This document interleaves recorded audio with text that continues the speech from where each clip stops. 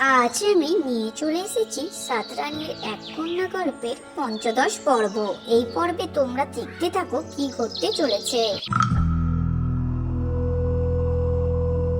রাজকন্যা, উত্তর মহারাজ এসেছেন তার সেনাপতিকে নিয়ে।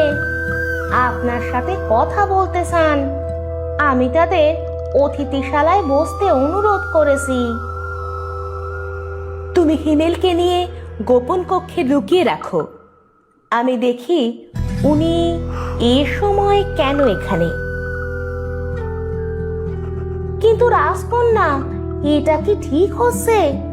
উনি যদি মহারাজের হারানো ছেলে হন তবে তো আমাদের জন্যই ভালো হবে। উনি দেখতে তো রাজপুত্রের মতো।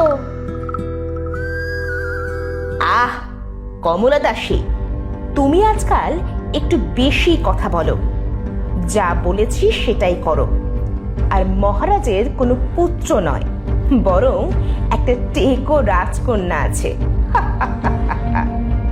যাও, বাকিটা আমি সামলে নিচ্ছি। তখনই ইন্দুবালা গেল মহারাজের সাথে দেখা করতে, আর কমলা দাসী রাজপুত্রকে গোপন কক্ষে বন্দি করে রাখল।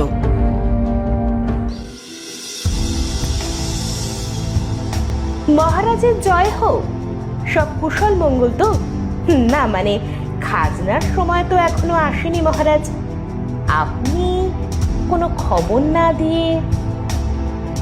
এত উতলা হবেন না রাজকন্যা। আমরা এসেছি রাজ্য পরিদর্শন করতে। আপনার রাজ্য সম্পর্কে বরাবরই বাজে মন্তব্য কানে আসে, তবে এবারেরটা হাওয়ায় উড়িয়ে দেওয়ার মতো নয়। নিন্দুকেরা কুৎসা রটাবে, এটাই স্বাভাবিক নয় কি সম্মানিত সেনাপতি? তবুও রাজ্যের সুরক্ষা নিশ্চিত করতে প্রাসাদের প্রতিটি কোণ তল্লাশি করা অতীব প্রয়োজন। রাজকন্যার শাসন ব্যবস্থায় প্রাসাদ তল্লাশি করা আমার জন্য বড্ড অসম্মানের মহারাজ। আহ, তুমি এত ভয় পাচ্ছ কেন? যাচাই করতে দোষ কি সেনাপতি? জি মহারাজ, আমি এখনই তল্লাশি নিচ্ছি। সেনাপতি মহলের প্রতিটি কোণে তল্লাশি নিলেন। গুপ্ত কক্ষের সামনে আসতেই, এদিকে কোথায় যাচ্ছেন? এদিকে তো কিছুই নেই। এত বড় একটা ফাঁকা জায়গা। ওটা দাসীদের হামামখানা। ওখানে যাওয়াটা আপনাকে মানায় না সেনাপতি মশাই, বরং আপনার জন্য সেটা অসম্মানের। তাহলে তো পুরো প্রাসাদ দেখা শেষ হয়ে গেছে। আমাকে মহারাজের কাছে নিয়ে চলো। জি, আসুন আমার সাথে। মহারাজের সামনে খালি হাতে যেতে সেনাপতি ইতস্তত বোধ শুরু করলো। যতই হোক, এত খুঁজেও কোনো প্রমাণ তিনি জোগাড় করতে পারলেন না। কি খবর সেনাপতি? প্রাসাদের প্রতিটি কোণে ঘুরে দেখেছি মহারাজ, কোথাও সন্দেহজনক কিছুই পেলাম না। আর পাতাল কারাগার, সেটা দেখেছো? ক্ষমা করবেন মহারাজ, তবে আপনি হয়তো ভুলে গেছেন অধীনস্থ কোনো রাজ্যের পাতাল কারাগার রাখার নিয়ম নেই। তবে হ্যাঁ, আমাদের একটা কালো কুঠুরির কারাগার আছে। আপনারা সেখানে অবশ্যই যেতে পারেন। সেনাপতি আবারও ছুটল কারাগারে, কিন্তু সেখানে কোনো বন্দী ছিল না। তাই সে আবারও ফিরে এলো।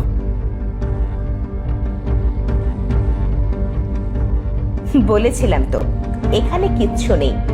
অকারণ হয়রানি হতে হলো আপনাদের। কিন্তু কারাগারে কেউ নেই কেন? সেনাপতি হয়তো ভুলে গেছে সবেই সদ্য কুলিঙ্গ রাজ্যের সঙ্গে যুদ্ধ করে হিমালয় রাজ্য মাথা তুলে দাঁড়িয়েছে।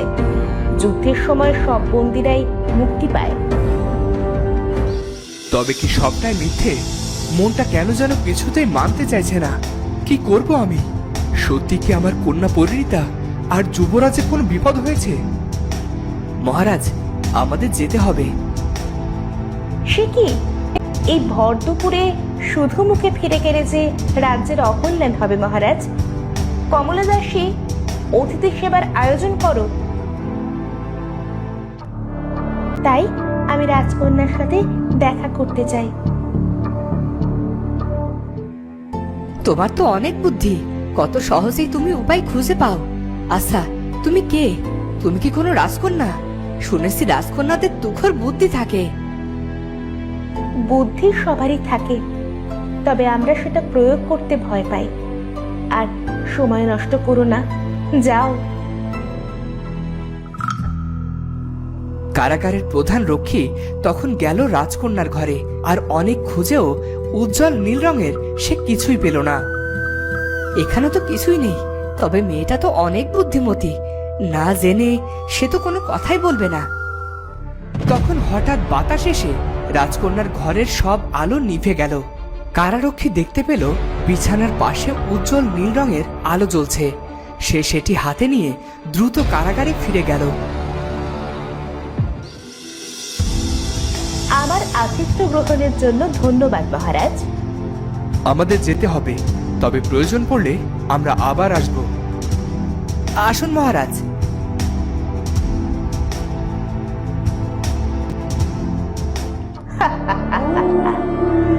আমাকে বোঝবার জন্য বুদ্ধি এখনো আপনার হয়নি মহারাজ। সঠিক সময়ে আপনার সব কেড়ে নেব। এই পৃথিবীর গতিবিধি পরিবর্তন হবে আমার নির্দেশে। রাজকন্যা, গুপ্ত ঘরে তো হিমেল বন্দী হয়ে আছে, ওকে বের করতে হবে। চলুন, আলো বাতাসহীন ঘরে ওনার থাকাটা ঠিক হবে না। ওদিকে পরিণীতা সকল অপেক্ষার অবসান ঘটিয়ে সৈন্য নিয়ে এলো সেই শ্বেত নাগিনের মণি। এই নাও, এটা তোমার চাওয়া সেই মণি, কিন্তু এটার বিষয়ে আমার মাথায় আসছে না। রাজবাড়িতে এত এত মণিমুক্ত থাকতে তুমি কেবল এটাই কেন নিলে? চাহিদা যত কম হবে, মানুষ তত বেশি সুখী হবে। তোমার কথা শুনলে মনটা ভরে যায়। আমি জানি তুমি কখনো আমার সমস্যার সমাধান করতে পারবে না, কারণ পাতাল কারাগারে বন্দীরা কখনো মুক্ত হয় না। তবুও আমি তোমাকে সাহায্য করেছি। তুমি তো চাইলেই আমাকে মুক্ত করতে পারো। তাও হয়তো পারি, তবে তাতে কি বিশেষ কোনো লাভ হবে? মাঝখান থেকে তোমার আর আমার দুজনেরই প্রাণ নিয়ে নেবে রাজকন্যা। তোমার সততায় আমি মুগ্ধ হলাম। আমার কাজ আজ শেষ, আমি চলি। তুমি সাবধানে থেকো। ওখানটায় তোমার জন্য একটু পানি রেখে গেলাম, এর বেশি আমি কিছু তোমাকে দিতে পারবো না। ধন্যবাদ রক্ষী। কারারক্ষী চলে যেতেই পরিণীতা নাগমণি হাতে নিয়ে বলল, রাজকুমার সূর্য যেখানেই থাকুক, ওকে আমার সামনে নিয়ে এসো। নাগমণির ক্ষমতায় রাজকুমার সেখানে এলেও তার কিছুই মনে পড়ল না। এই জায়গাটা কি অন্ধকার, এখানে কেউ কেমন করে থাকে? তুমি কে? তুমি কি কোনো রাক্ষসী? আমার কাছে এসো না। যাও, দূরে যাও, চলে যাও। রাজকুমার, রাজকুমার, আমাকে শুনতে পাচ্ছ?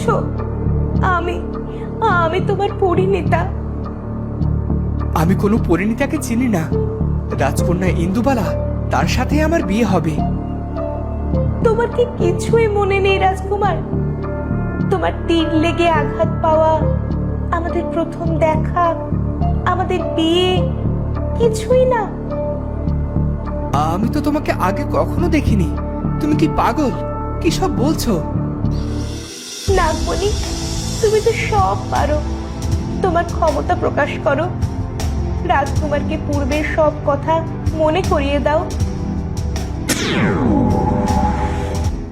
পরিণীতা, তুমি এখানে বন্দী হলে কেমন করে? আমি তো বনে বন্দী ছিলাম। ইন্দুবালা আমাকে মুক্ত করেছিল, কিন্তু তারপর আমার কিছুই মনে নেই। নাগমণি, আমাদের এখনই প্রাসাদ থেকে মুক্ত করো। ওরা বেরিয়ে আসতেই ইন্দুবালা আর কমলা দাসী গুপ্ত ঘরে গিয়ে রাজকুমারের খোঁজ করলো, কিন্তু সেখানে রাজকুমারকে না পেয়ে ও পালালো কেমন করে? শক্তি, ওর কাছে আছে পুরো পৃথিবীর সমান শক্তি। আমি কিছুতেই ওর কাছে হারতে পারবো না, কিছুতেই না। রাজপুত্র আর এ রাজ্যে থাকতে চায় না। পরিণীতাকে নিয়ে সে বহু দূর চলে যেতে চায়। চলো আমরা অনেক দূরে কোনো রাজ্যে চলে যাই, আমাদের ছোট্ট একটা শান্তির কুটির হবে। একটু থামো রাজপুত্র।